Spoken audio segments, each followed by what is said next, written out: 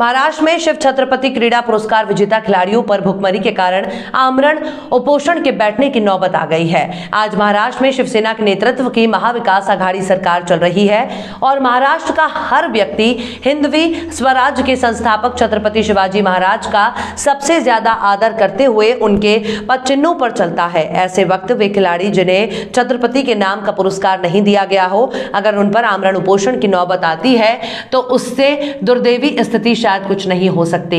ऐसा नहीं है कि ये समस्या आज की है। आमरण उपोषण पर बैठे खिलाड़ी पिछले कई वर्षों से नेताओं के, मंत्रियों के और अफसरों के ऑफिस के चक्कर लगा कर उनसे दर्जनों बार विनती कर चुके हैं। इसमें क्रीड़ा मंत्री सुनील केदार, महाराष्ट्र के उप मुख्यमंत्री अजित पवार, सांसद सुप्रिया सुले, राज्य क्रीड़ा मंत्री अदिति तटकरे, क्रीड़ा आयुक्त, उपायुक्त और हर संभव संबंधित अधिकारियों को, नेताओं को और मंत्रियों को इन खिलाड़ियों ने निवेदन दिया है, मगर किसी के कानों पर जू नहीं रेंगी और इन खिलाड़ियों को क्रीड़ा विभाग के मुख्यालय के मुख्य द्वार के सामने उपोषण पर बैठना पड़ा। इस द्वार के गेट पर दो बड़े बड़े बैनर लगाए गए हैं जिस पर ओलंपिक और कॉमनवेल्थ में मेडल लाने वाली प्रेरणादायी बातें और खिलाड़ियों को सुविधा के रूप में दी जाने वाली योजनाओं की व्याख्या की गई है, मगर हकीकत इन घोषणाओं से कोसों दूर है।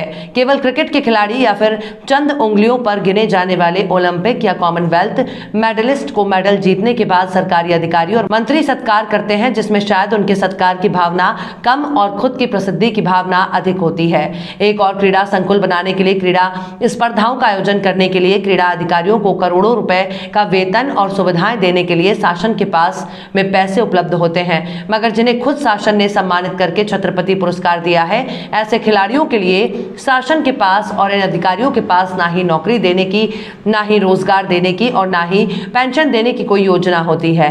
दिल्ली, हरियाणा, उत्तर प्रदेश, गुजरात, आंध्र प्रदेश, तेलंगाना, केरल ऐसे कई प्रदेश हैं जहां पर खिलाड़ियों को नेशनल, इंटरनेशनल मेडलिस्ट होने पर या स्टेट अवार्ड पाने पर प्रदेश शासन सरकार सीधे नौकरी में ले रही है और उन्हें पेंशन भी दे रही है। तो क्या महाराष्ट्र में क्रीड़ा प्रशासन और मंत्रालय केवल क्रीड़ा संकुल बनाने, स्पर्धाएं लेने और मेडलिस्ट खिलाड़ियों का सम्मान करके खुद की प्रसिद्धि करने के लिए बना है?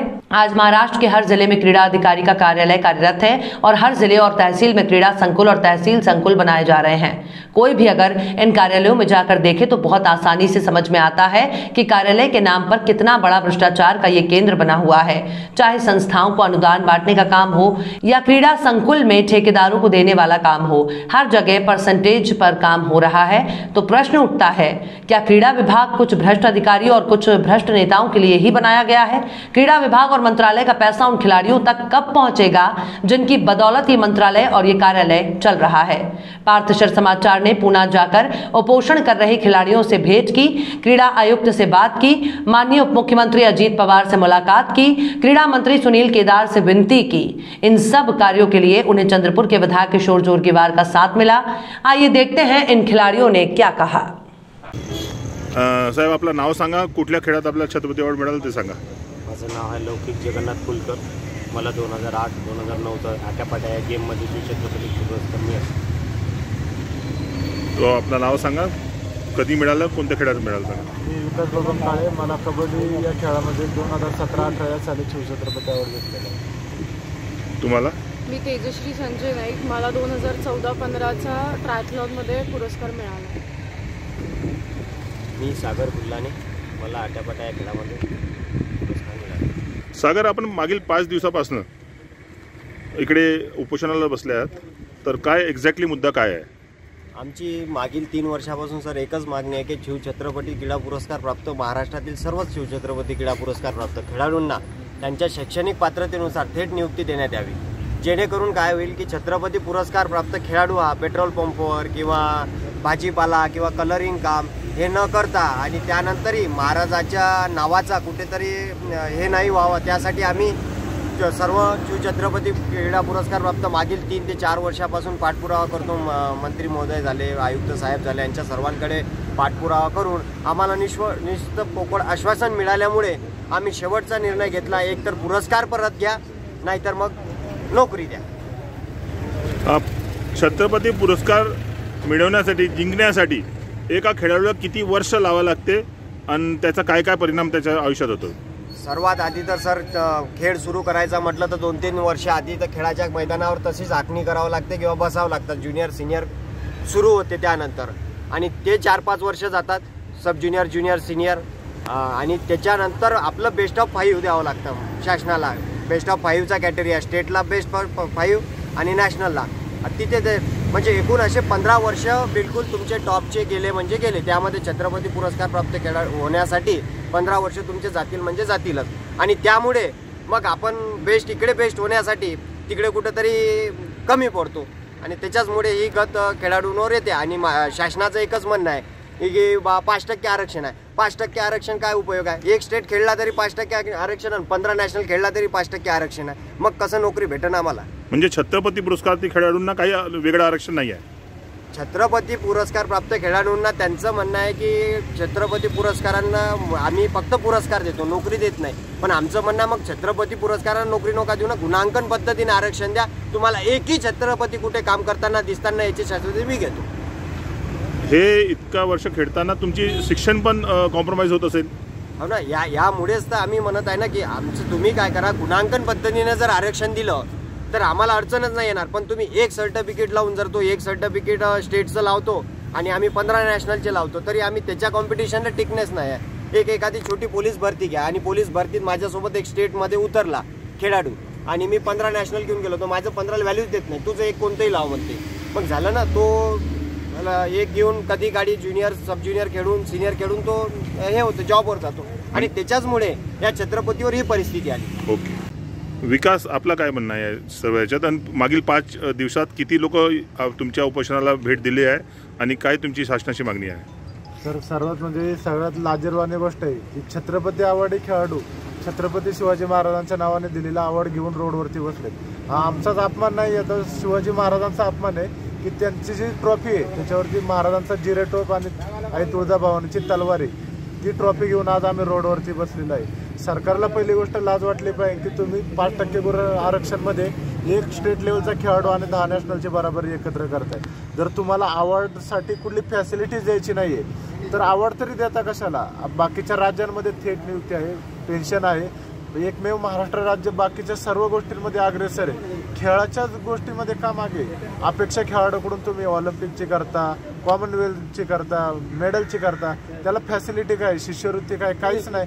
मग आम्ही करायचं तरी काय? इतकं जर आम्हाला अवॉर्ड भेटलाय, या अवॉर्डला जर तुम्ही शासन थेट नियुक्ती देत नसाल तर आमचं म्हणणं एकच आहे की तुम्ही सन्मानाने हा अवॉर्ड रिटर्न घ्यावा. कारण रागाच्या भारात आमच्याकडून शिवछत्रपती शिवाजी महाराजांचा कुठलाही अपमान होऊ नये, अवमान होऊ नये. रागाच्या परिस्थितीमध्ये आमच्या कुठली ट्रॉफी तुटू नये, कुठलं सर्टिफिकेट फाटले जाऊ नये.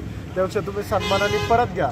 आणि विनंती आहे की या ट्रॉफीला आणि या पुरस्काराला शिवछत्रपती अवॉर्ड हे नाव देऊ नका. तुम्ही मोगल द्या, काय द्यायचं ते नाव द्या, पण छत्रपती शिवाजी महाराज हे नाव देऊ नका. बेटा, तुझं नाव सांग, तुझ्या स्पोर्टबद्दल सांग, आणि तू कशी छत्रपती पुरस्कारपर्यंत पोहोचली आणि आता तुला काय काय कॉम्प्रोमाइज करायला लागत आहे ते सांग. मी कुमारी तेजश्री संजय नाईक. मला 2014-15चा शिवछत्रपती पुरस्कार मिळाला. मी वयाच्या 9 वर्षापासून खेळते. मी 16-17 वर्ष झाले खेळते. माझे कमीत कमी 30 नॅशनल्स झाले असतील. मला 17-18 नॅशनलचे गोल्ड मेडल्स आहेत. तर माझा खेळ असा आहे की स्विमिंग, सायकलिंग, रनिंग. तर सायकलची किंमत माझ्या 4.5 लाख रुपये होती. तर माझ्या वडिलांनी प्रचंड कष्ट घेतलेत. तर त्यांनी जो काही माझ्या लग्नासाठी साठवलेला पैसा होता तो सगळा खेळात टाकला की जेणेकरून आज हे पुरस्कार मिळाल्यानंतर कुठेतरी गव्हर्नमेंट जॉब मिळेल. पण दुर्दैवाने असं झालं की आमची जॉईंट फॅमिली होती. माझे वडील गेले, ते हे पुरस्कार बघायला नाहीत, पण त्यांनी माझ्या मागं खूप कष्ट घेतले. त्याच्यानंतर माझ्या काकांनी मला सांभाळलं. पण दुर्दैवाने हा पुरस्कार मिळायच्या 1 महिना आधीच माझे काका गेले. त्याच्यामुळे आज आमच्या घरात कमवतो कोणी नाही आहे. आज काही पैसा नाही आहे, काही नाही आहे. मला बँकॉकला ट्रेनिंगला जाण्यासाठी माझ्या आईने अक्षरशः सोनं गहाण ठेवलं आणि मला तिथं ट्रेनिंगसाठी पाठवलं. का तर जेणेकरून हा पुरस्कार मिळणं हा ध्येय होता. पण हा पुरस्कार आज हातात आहे, बघायला कोणी नाही आहे, घरात कमवतो कोणी नाही आहे, म्हणून आज आम्हाला ही रस्त्यावरती बसण्याची वेळ आलेली आहे. तर माझी शासनाकडे एकच विनंती आहे की आज तुम्ही प्रत्येकाच्या मागं काहीतरी कहाणी आहे, काही ना काहीतरी त्याग करून प्रत्येक जणांनी हा पुरस्कार मिळवला आहे. तर त्याची तुम्ही दखल घेऊन कुठे ना कुठेतरी आज आम्हाला नोकरी द्यावी, एवढीच विनंती आहे. दोस्तों, मैं राजेश नायडू आज पूना में शिव छत्रपति अवार्डी जो खिलाड़ी लोग कुपोषण पे बैठे हैं आमरण अनशन पे बैठे हैं उसके सामने खड़ा हूं। और अभी आपने सुना इन्होंने क्या कहा। एक खिलाड़ी को छत्रपति अवार्डी बनने के लिए हजारों चैलेंजेस से गुजरना पड़ता है। घर से गाली खानी पड़ती है, घर का पैसा जाता है और सबसे बड़ी बात उसका शिक्षण ये कॉम्प्रोमाइज होता है। मगर उसकी आशा एक ही होती है कि महाराष्ट्र राज्य का सर्वोच्च क्रीड़ा पुरस्कार मिलने के बाद महाराष्ट्र राज्य उसके लिए कुछ सम्मानपूर्वक जॉब देखेगी या कुछ काम देखेगी। मगर बहुत ही दुर्दैव की बात है, आज महाराष्ट्र जैसे पुरोगामी स्टेट में शिव छत्रपति अवार्डीज के लिए कोई सुविधा नहीं है। पहले शिव छत्रपति अवार्डीज को 10% पे कहीं निवास का व्यवस्था होती थी, वो भी शासन ने बंद कर दी है। ना इनको कोई पेंशन है, जबकि एमपी, गुजरात, उत्तर प्रदेश, हरियाणा इन सब स्टेट्स में स्टेट लेवल खेलने वाले खिलाड़ियों को, स्टेट अवार्डीज को पेंशन भी है, नौकरी भी है और उनको शासन पूरी तरह से मदद कर रहा है। विडंबना यह है, आज महाराष्ट्र में माननीय श्री उद्धव ठाकरे के नेतृत्व की सरकार है जो शिवसेना से बिलोंग करते हैं और शिवसेना जिसे अपना आइडल मान के चलती है वो है महाराज शिव छत्रपति। उनके नाम से दिया जाने वाला यह पुरस्कार और यह पुरस्कार के खिलाड़ी आज यहाँ पे भीख मांगने पे मजबूर हुए हैं। ये जो स्पोर्ट्स डिपार्टमेंट चल रहा है, ये स्पोर्ट्स डिपार्टमेंट किसी भी खिलाड़ी के लिए नहीं चल रहा। ये स्पोर्ट्स डिपार्टमेंट अपनी अपनी सैलरी बनाने के लिए अफसर चला रहे हैं और मंत्रियों को इसकी कोई चिंता नहीं है। हमारा पार्थेश्वर समाचार के माध्यम से मंत्रीगण को और मुख्यमंत्री साहब को निवेदन है, आज 5वां दिन है, उपोषण का 5वां दिन है और खिलाड़ियों की आप परीक्षा न ले, जल्द से जल्द इस पर निर्णय ले, नहीं तो पूरा महाराष्ट्र इस बार खेल के लिए खड़ा हो जाएगा, इनके सपोर्ट में खड़ा होगा और जरूरत पड़ने पे हम सब अपने अपने शिव छत्रपति अवार्ड वापस करके सरकार को मजबूर करेंगे सही निर्णय के लिए। हम आशा करते हैं कि शासन इस बारे में सकारात्मक निर्णय जल्दी से जल्दी लेगी और सारे ही खिलाड़ियों को एक न्याय मिलेगा। धन्यवाद। Rajasthan glass, brand name in glass works. Windshield glass polish सभी कारों के OEM विंडशील्ड ग्लास को बदलना और किसी भी अर्थ मूवर के सभी ग्लास का रिप्लेसमेंट, कार्यों के विशेषज्ञ। उसी तरह सभी वाहनों के लिए हेडलाइट्स और टेल लाइट्स, सभी आकार के वाटरप्रूफ तिरपाल, प्रोफाइल टिन और नाली टिन उपलब्ध है। साथ ही हम डील करते हैं Saint Gobain, XYG, Dura Tuff, FGP, AIS जैसे ब्रांड्स में भी और SRF, गरवारे वाटरप्रूफ तिरपाल, Lumax, Minda, auto gold headlights और उत्तम प्रोफाइल टीन जैसे ब्रांड्स में भी उपलब्ध। तो याद रखिए, एक ही नाम, राजस्थान ग्लास, नागपुर रोड, चंद्रपुर। संपर्क करें रमेश जांगेड़ 7387744821, पूरनमल जांगेड़ 9689099957, राकेश जांगेड़ 9370156878, नितेश पटेल 8551004488। जिले के 15 पूर्व विधायकों को निवृत्ति वेतन दिया जाता है, जिसमें 5 बार सावली विधानसभा क्षेत्र से विजयी और भाजपा शिवसेना सरकार के कार्यकाल में खाद्य और आपूर्ति मंत्री रही पूर्व विधायक शोभा फडणवीस को सर्वाधिक 92,000 रुपए प्रतिमाह इसके लाभ। इसके साथ पूर्व विधायक वामन राव चटप को 70,000, विठल राव धोटे को 62,000 रुपए निवृत्ति वेतन राज्य सरकार की ओर से लागू किया गया है। राज्य सरकार की ओर से पूर्व विधायकों को सेवानिवृत्ति के रूप में 50 से 92,000 रुपए दिए जाते हैं। वर्तमान विधायक को 1,86,120 रुपए वेतन सरकार द्वारा दिया जाता है, जिसमें मूल वेतन 67,000 रुपए, महंगाई भत्ता 91,120, मोबाइल सेवा 8,000, डाक सुविधा 10,000 और कंप्यूटर चालक को 10,000 रुपए का समावेश है। चंद्रपुर में पहली बार अविश्वसनीय ऑफर, केवल कुछ हजारों में पाए ऑडी, BMW और मर्सिडीज कारें। जी हाँ, चाहे आपके घर शादी हो या आपको किसी महत्वपूर्ण बिजनेस या पर्सनल कार्य से बाहर गांव जाना हो, तो अब आप शान से सवारी कर सकते हैं इंटरनेशनल टॉप ब्रांड कार में, क्योंकि आपका सपना साकार करने बेस्ट कार डील ले आया है बेस्ट कार रेंट, जहां पर आप पा सकते हैं सभी इंटरनेशनल कारें एकदम किफायती रेंट पर। संपर्क करें mister Uzair Khan. Mobile number 7276863203।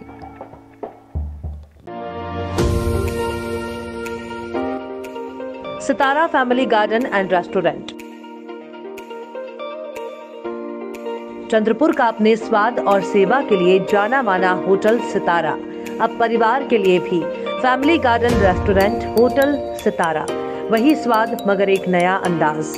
परिवार, महिलाओं और बच्चों के लिए सर्वोत्तम वेज, नॉन वेज, एसी और garden restaurant. Indian, Chinese, continental dishes, Punjabi और Saoji pattern specialist, delicious dessert और आइसक्रीम, सह परिवार खाना खाने का एकमात्र ठिकाना। Sitara family garden restaurant, Bapat Nagar, Nagpur road, Chandrapur. Contact Shirish, mobile number 9764871578। विधानसभा चुनाव में टिकट कटने के बाद इस बात की काफी चर्चा थी कि बावनकुले नाराज हैं। हालांकि बावनकुले पार्टी के हर कार्यक्रम में जोरदार तरीके से काम करते रहे। बावनकुले ने भी कई आंदोलनों का नेतृत्व किया, तब से उन्हें विधान परिषद के लिए दौड़ने का मौका दिया गया है। इसी पृष्ठभूमि में बावनकुले ने पार्टी को धन्यवाद दिया और फिर से विधायिका में कड़ी मेहनत करने का भरोसा जताया। नागपुर के भारतीय जनता पार्टी के नेता चंद्रशेखर बावनकुले ने आज नागपुर में होने वाली स्थानिक स्वराज्य संस्था चुनाव के लिए भाजपा के उम्मीदवार के रूप में अपना उम्मीदवारी अर्ज दाखिल और किया है। इस अवसर पर भाजपा के सभी छोटे बड़े नेता पूरी ताकत के साथ चंद्रशेखर बावनकुले के पीछे खड़े दिखाई दिए। इसमें मुख्यतः केंद्रीय मंत्री नितिन गडकरी, पूर्व मुख्यमंत्री और विपक्ष नेता महाराष्ट्र के देवेंद्र फडणवीस, सुलेखा ताई कुंभारे, गोविंद अटके, राजीव पोतदार, विकास महात्मे, अजय संचेती, अरविंद गजबिये, पैशन सावरकर, समीर मेघे, गिरीश व्यास, कृष्णा खोपड़े, विकास कुंभारे, मोहन मत्ते, नागो गानोर, महापौर दयाशंकर तिवारी, उप महापौर मनीषा धावडे, अविनाश ठाकरे, प्रकाश गुर्जर, सुधाकर देशमुख, अनिल सोले इत्यादि बड़ी संख्या में नेता और कार्यकर्ता उपस्थित थे। इस वक्त मीडिया से बातचीत करते हुए चंद्रशेखर बावनकुले ने प्रधानमंत्री नरेंद्र मोदी के उन पर दिखाए गए विश्वास के लिए धन्यवाद व्यक्त किया और पूरी ताकत से लोगों के प्रश्न विधानमंडल में रखने की बात कही। वहीं देवेंद्र फडणवीस ने चंद्रशेखर बावनकुले को और केंद्रीय महामंत्री बनाए जाने पर विनोद तावड़े को बधाई दी और दोनों के लिए अपना आनंद व्यक्त किया। नागपुर के लिए टिकट दिया है। मैं माननीय प्रधानमंत्री मोदी जी, माननीय अमित भाई शाह जी, हमारे राष्ट्रीय अध्यक्ष जेपी नड्डा जी, हमारे सभी के नेता नितिन गडकरी जी, हमारे महाराष्ट्र के लोकनेता माननीय देवेंद्र फडणवीस जी, चंद्रकांत दादा जी, महाराष्ट्र पार्लियामेंट्री बोर्ड, केंद्रीय पार्लियामेंट्री बोर्ड के सारे सदस्यों का आभार व्यक्त करता हूँ। और मुझे जो जवाबदारी मिली है विधान परिषद में काम करने की, महाराष्ट्र की समस्याएं, विदर्भ की समस्याएं, नागपुर की समस्याओं को महाराष्ट्र विधानमंडल में उठाने का प्रयास करूंगा और निश्चित रूप से जो विश्वास पार्टी ने मुझे ऊपर दिया है वो पूरा करूंगा और ये चुनाव हम जीतने वाले। महासचिव बनवला आहे, तुम्ही पुनर्वसन केलेलं आहे, तर त्याबद्दल काय सांगाल? अतिशय आम्हाला आनंद आहे की चंद्रशेखर बावनकुळेंसारखा आमचा एक सहकारी हा पुन्हा एकदा विधानमंडळामध्ये येतोय। त्यांनी मंत्री म्हणून अतिशय उत्तम काम केलं आणि एक जागरूक लोकप्रतिनिधी कसा असतो हे देखील त्यांनी दाखवून दिलं आणि गेल्या 2 वर्षामध्ये पक्षाचे महामंत्री म्हणून अतिशय चांगलं काम हे चंद्रशेखर बावनकुळेंनी केलं आणि मला असं वाटतं की आज त्या कामाची पावतीच त्यांना मिळालेली आहे आणि मला विश्वास आहे आमचे नेते माननीय नितीनजी गडकरी यांच्या मार्गदर्शनाखाली आम्ही एक अभूतपूर्व विजय हा या ठिकाणी प्राप्त करू। आमचे ज्याप्रमाणे आपण विचारलं विनोदजी तावडे यांना राष्ट्रीय महामंत्री म्हणून नियुक्त करण्यात आलं हे अतिशय आनंदाची गोष्ट आहे।